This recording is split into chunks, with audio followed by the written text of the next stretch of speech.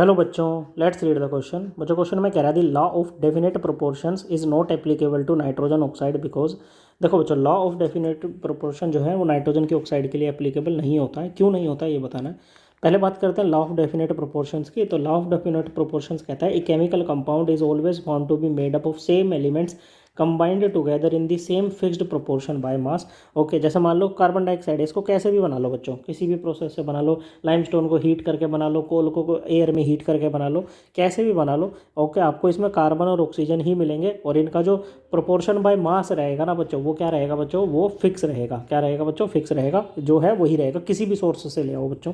Okay, तो ये nitrogen की ऑक्साइड के लिए आपका एप्लीकेबल नहीं है बच्चों। देखो, अगर नाइट्रोजन की बात करें ना, तो नाइट्रोजन ना 5 तरह की ऑक्साइड बना लेता है। ओके बच्चों, जैसे कि N2O बना ली, NO बना ली बच्चों, N2O3 बना ली, ओके, N2O4 बना ली, या फिर N2O5 बना ली बच्चों। ओके, ये सारी ऑक्साइड्स बनाता है कौन बच्चों, ये सारी ऑक्साइड्स बनाता है नाइट्रोजन। ओके, तो अब नाइट्रोजन भाई डिफरेंट डिफरेंट ऑक्साइड बना रहा है। क्या बना रहा है बच्चों, डिफरेंट डिफरेंट ऑक्साइड बना रहा है। तो इन डिफरेंट ऑक्साइड में जो नाइट्रोजन और ऑक्सीजन का प्रोपोर्शन होगा ना बच्चों, वो भी अलग अलग हो जाएगा, वो फिक्स नहीं रहेगा।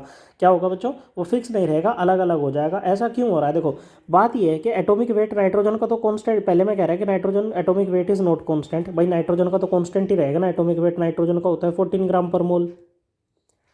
ओके, और ऑक्सीजन का होता है 16 ग्राम पर मोल। तो ये दोनों तो फिक्स रहेंगे, इनके एटॉमिक वेट तो क्या रहेंगे बच्चों, फिक्स रहेंगे। ओके, नाइट्रोजन का मोलिकुलर वेट इज वेरिएबल। भाई नाइट्रोजन को मोलिक्यूल थोड़ी ना है, इसके लिए तो एटॉमिक वेट ही बात करेंगे बच्चों, काटो। बाकी अगर N2 की बात करेगा, उसका N2 की बात करेगा तो N2 के लिए बच्चों 28 ग्राम पर मोल हो जाएगा, लेकिन वो तो फिक्स ही रहेगा ना बच्चों। फिर ये वाला भी नहीं होगा भाई, oxygen atomic weight is variable, variable नहीं है। तो इसमें कह रहा है तीसरे में nitrogen equivalent weight is variable. तो देखो इक्विवेलेंट वेट क्या होता है बच्चों, इक्विवेलेंट वेट होता है आपका मोलिकुलर वेट या एटॉमिक वेट।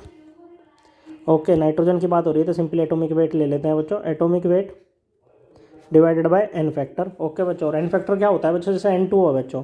ओके, N2 में जो नाइट्रोजन का ऑक्सीडेशन नंबर होगा ना बच्चों, इसी को आप इसका क्या ले सकते हो बच्चों, ये एन फैक्टर यहाँ पर ले सकते हो। ऑक्सीडेशन नंबर होता है किसी भी कंपाउंड में एक एलिमेंट पर आने वाला वो चार्ज जो उसके ऊपर तब आएगा जब कंपाउंड के सभी बॉन्ड्स को माइनिंग मान के तोड़ेंगे। और क्योंकि वो सभी में डिफरेंट होगा, जैसे यहाँ पर आप x मान लो, तो आप इसको ले सकते हो 2x + -2 ऑक्सीजन के लिए इक्वल टू 0। तो x की वैल्यू क्या आ जाएगी बच्चों, यहाँ से x की वैल्यू +1 आ जाएगी बच्चों। तो एन फैक्टर 1 हो जाएगा बच्चों।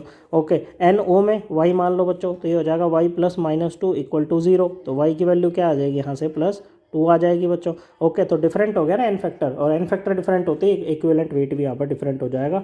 सो करेक्ट आंसर है ऑप्शन सी। आई होप आपको एकदम क्लियर हो गया होगा। थैंक यू बच्चों।